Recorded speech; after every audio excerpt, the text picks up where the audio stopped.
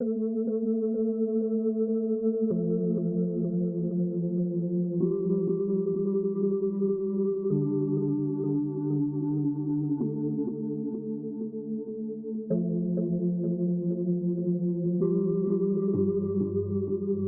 qualche anno la Ranieri International ha affiancato alla costruzione. For some years now, Ranieri International has added the production of pneumatic boats to the construction of traditional ones. At the beginning of this industrial path, I believe that nobody could have foreseen that in such a short time, the dockyard would have succeeded in producing such a wide range and also becoming one of the main players in the business.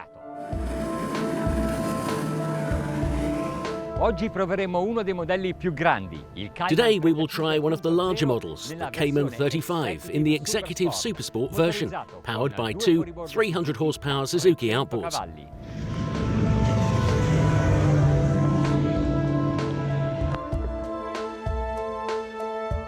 The overall length is 11 meters, but for Italian legislation, it falls into the category of crafts, which means it is approved with a hull length less than 10 meters. It is very wide, 3.8 meters, and could fit 3 outboards. The maximum power is 900 horses. It has 2 cabins and 4 bed spaces. One berth is formed in the bow with a table inserted between the sofas. At the sides of the bed there are banks that serve as a container. The other berth has a less comfortable entrance and is suitable for 2 children. Even here you can find storage compartments. The fridge and a piece of furniture with cabinets were placed in the hallway. In the bathroom, you use the sink faucet as a shower. Its main quality is the spaciousness on the deck. The bow deck reaches the console, and so the mattress is very long. They have fractioned it into various pillows. This way it's easier to store them, and they have not spared handles around.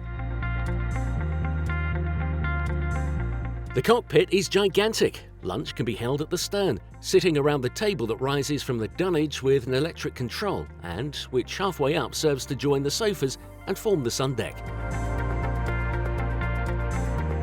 Then there is a folding seat inserted into the kitchen cabinet.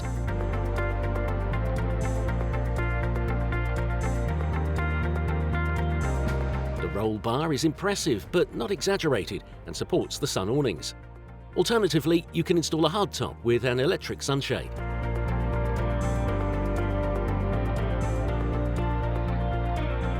The colour of the upholstery and the covering of some elements, such as the kitchen cabinet and the dashboard, are very elegant, as is the black colour of some elements of the deck. The bathroom dashboard is almost as comfortable as that of a hull with stern drive engines, because the platforms are long and the engine pool is covered with a floor that can be walked on.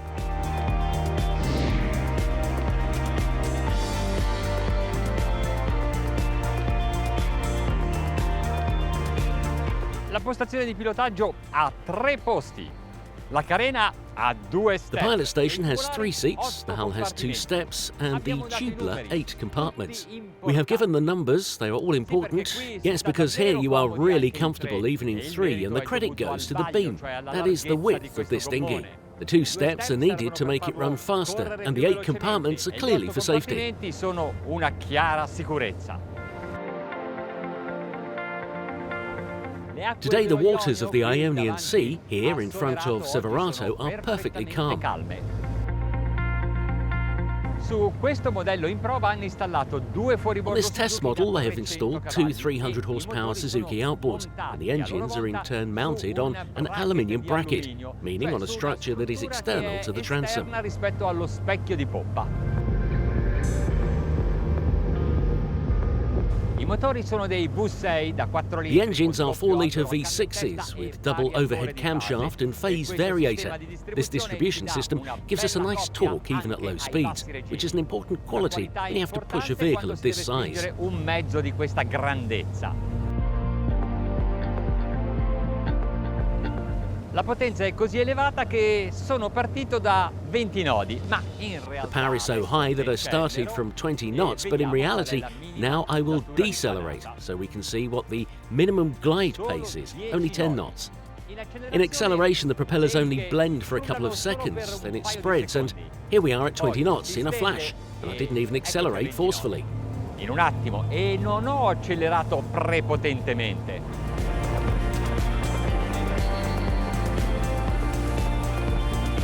At 25 knots, you don't have to push the trim. I tried, but both speed and consumption worsen. By the way, 70 litres per hour total. The engine's at 4,250 revolutions per minute.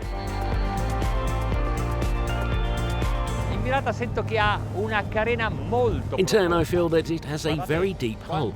Look at how much the heeling angle is high.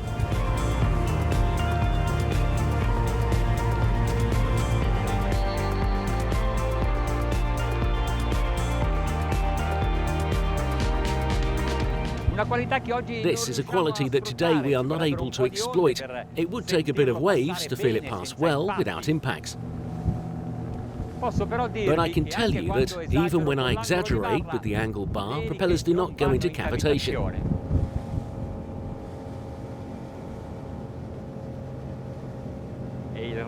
And the turning radius is extraordinarily narrow.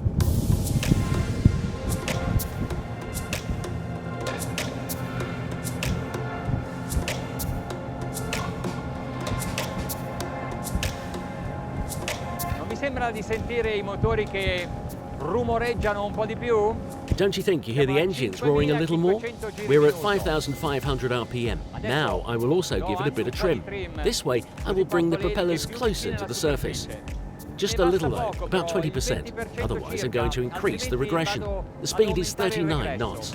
La velocità è di 39 nodi. We